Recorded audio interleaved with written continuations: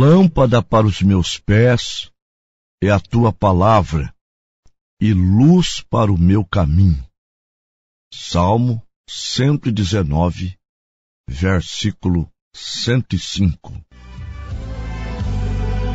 Programa da Fé. De volta à palavra original.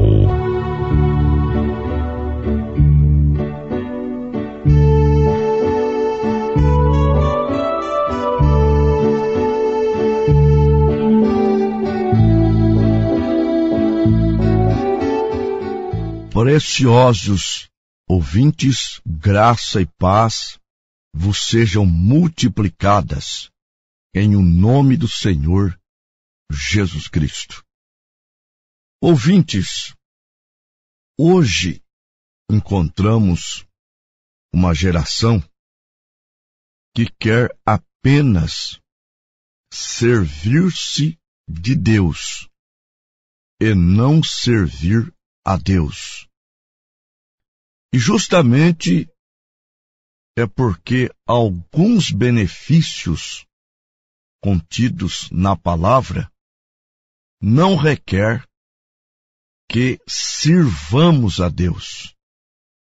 Como, por exemplo, nós temos em Mateus capítulo 7, a partir do versículo 21, nem todo o que me diz Senhor, Senhor, entrará no reino dos céus, mas somente aquele que faz a vontade de meu Pai, que está no céu. Muitos me dirão naquele dia: Senhor, Senhor, não profetizamos nós em teu nome? Em teu nome não expulsamos demônios? E em teu nome não fizemos muitas maravilhas? E então lhes direi abertamente: nunca vos conheci. Apartai-vos de mim, vós que praticais a iniquidade. Aqui está a operação dos dons espirituais. É porque os dons, ele é chuva. E a chuva, vocês sabem, ela não cai somente na roça. Ela cai também sobre o joio. Assim Jesus disse, Mateus capítulo 5, versículo 45, para que sejais filhos do vosso Pai que está nos céus, porque faz com que o sol se levante sobre maus e bons, e a chuva desça sobre os justos e sobre os injustos. Então, esta geração, ela quer apenas servir-se de Deus e não servir a Deus. Agora, estão plantando. Aos Gálatas capítulo 6, versículo 7. Não erreis. Deus não se deixa escarnecer. Tudo que o homem semear, isto também ceifará.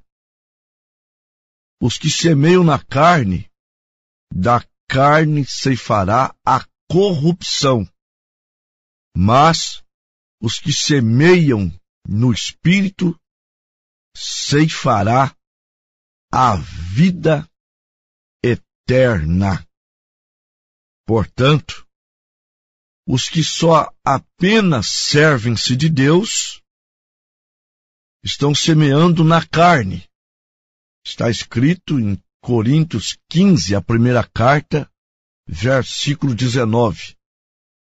Se esperamos em Deus somente nesta vida, somos os mais miseráveis de todos os homens. Agora, aqueles que servem a Deus têm os mesmos benefícios que têm aqueles que só servem-se de Deus. Mas os que servem a Deus, eles têm algo mais. Eles têm a vida eterna. Malaquias, no capítulo 3, versículos 17 e 18. Porque eles serão meus, diz o Senhor dos Exércitos. Naquele dia serão para mim particular tesouro. Poupá-lo-eis como um homem poupa o filho que o serve. Então vereis outra vez a diferença entre o justo e o ímpio, entre o que serve a Deus e o que não o serve. Eu estava ouvindo um hino, se posso chamar de hino, porque hino é quando ele presta adoração a Deus. O hino canta que a vitória chegou e que a última palavra não é do médico, não é do advogado, é de Jesus. Isso está muito bem, porque na verdade, quando tudo falha, está escrito em Lucas 18, 27, as coisas impossíveis aos homens são possíveis a Deus. Lucas 1, 37, porque para Deus nada é impossível. Portanto, quando estamos nesta situação, que o médico te desengana, o advogado não resolve a causa, e você está num beco sem saída, você precisa esperar em Deus, porque a sua palavra não falha e Deus é fiel. Mas ter de Deus a última palavra, somente em relação a estas coisas, é suicídio espiritual. Deus tem que ter para nós a última palavra em tudo, não somente nas questões materiais, mas principalmente nas questões espirituais. Por exemplo, há pregadores que dizem assim: o meu evangelho, ele não é baseado em vestes. E eu te digo, o meu é.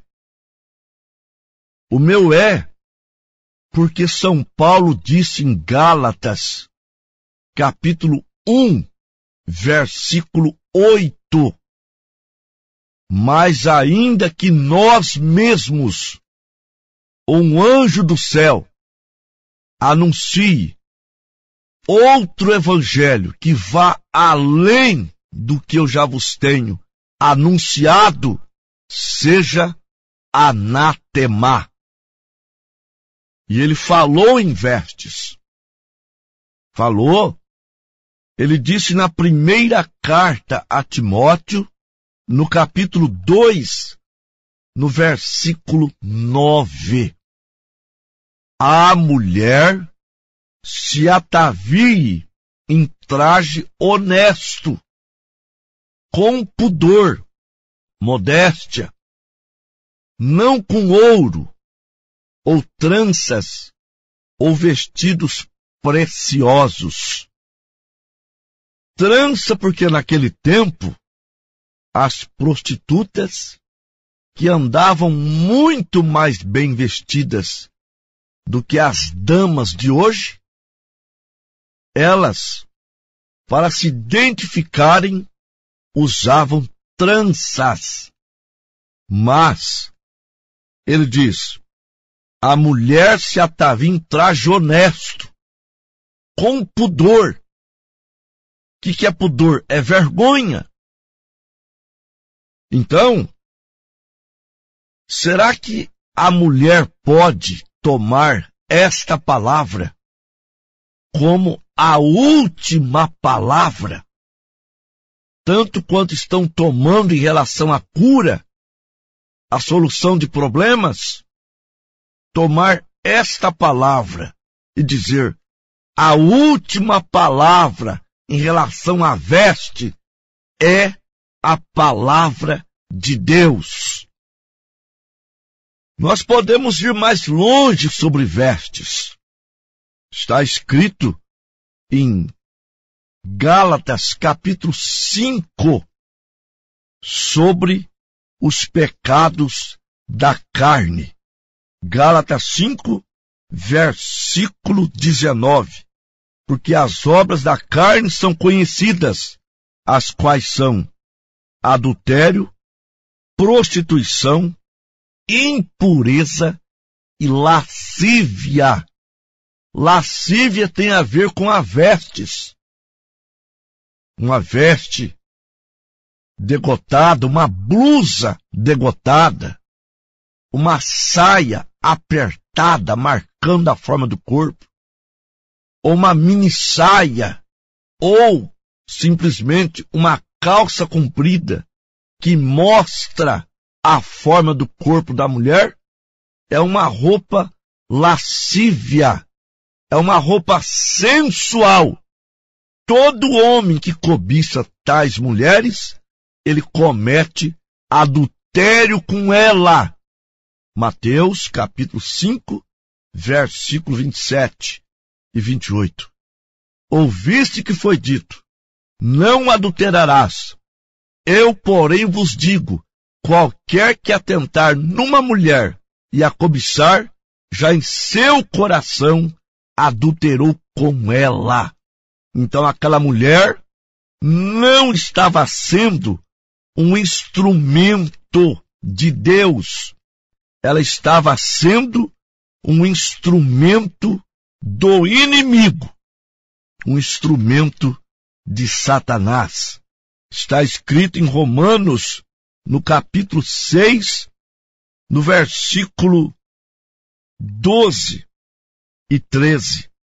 Não reine, portanto, o pecado em vosso corpo mortal, para lhe obedecerdes em suas concupiscências.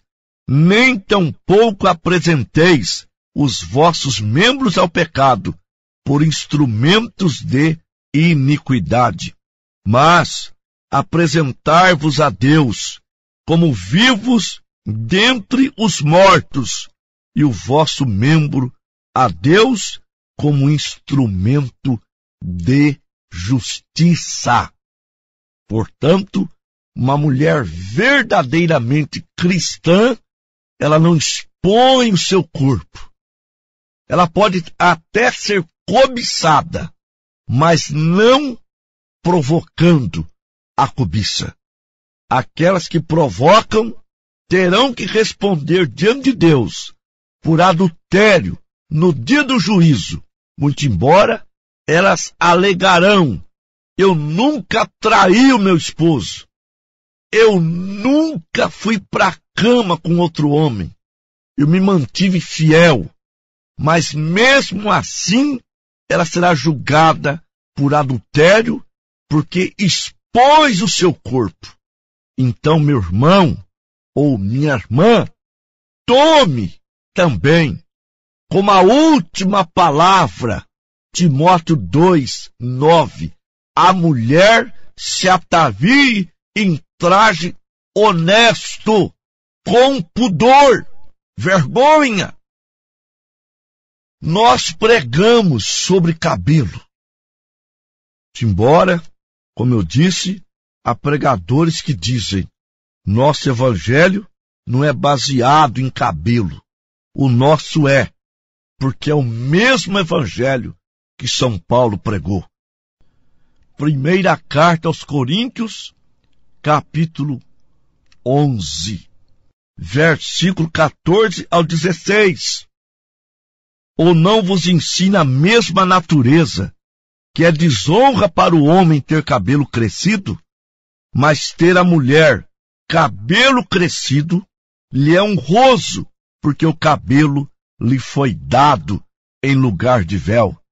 Mas se alguém quiser ser contencioso, nós não temos tal costume, nem as igrejas de Deus. Portanto, o crente não é contencioso. Ele recebe a palavra como a última palavra. Aleluia, a palavra final, o conselho final. Ele vem apenas de Deus.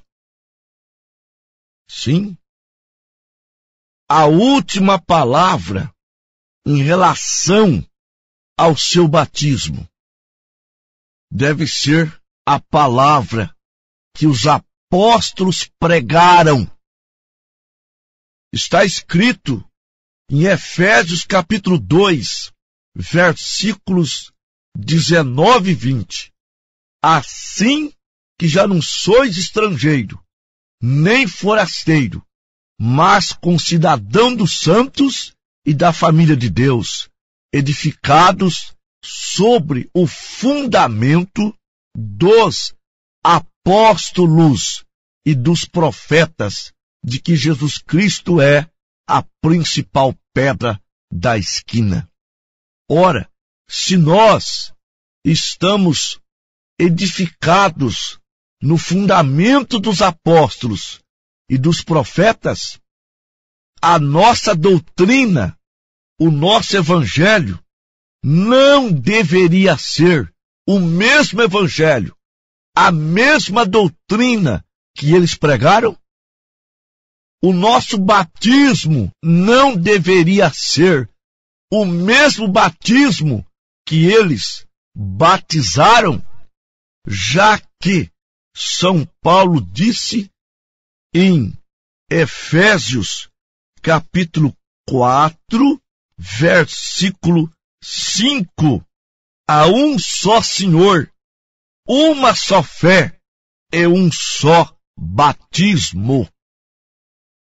O entendimento dos apóstolos, e diga-se de passagem, eles estiveram 3 anos e meio com Cristo, aprendendo na prática. Eles tiveram seus entendimentos abertos. Lucas 24, versículo 45. Então, abriu-lhes o entendimento para compreenderem as Escrituras. E eles foram cheios do Espírito Santo. Atos capítulo 2, versículo 4. Eles receberam o Espírito Santo para serem guiados. São João 16, versículo 13. Mas quando vier o Espírito de verdade, ele vos guiará em toda a verdade. Em Mateus 28, 19, Jesus Cristo dá uma ordem que é muito mal interpretada nos dias de hoje. Ele disse: ide, fazei discípulos em todas as nações, batizando-as em nome do Pai, do Filho e do Espírito Santo. Ali foi uma ordem de batismo. E Jesus está exigindo o nome do Pai, do Filho e do Espírito Santo.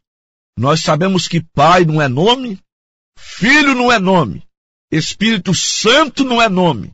São títulos de um único Deus que se manifestou em carne. O nome dele é Senhor Jesus Cristo. Esse foi o entendimento apostólico.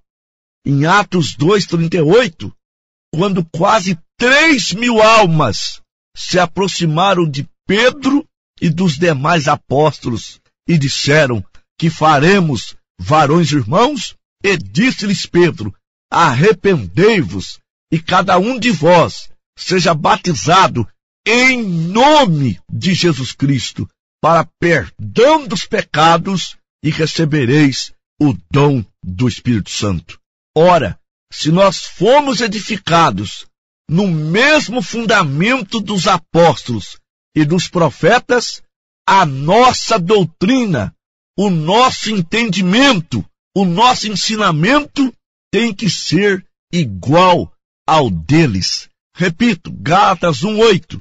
Mas ainda que nós mesmos, ou um anjo do céu, anuncie outro evangelho diferente do que eu já vos tenho anunciado, seja anátema, seja maldito. Então, tome a palavra de Deus como palavra final. Aleluia. E você diga, não é só uma parte que para mim é a última palavra. Todas as escrituras, para mim, é a última palavra. Aleluia! Nós vamos para a oração da fé.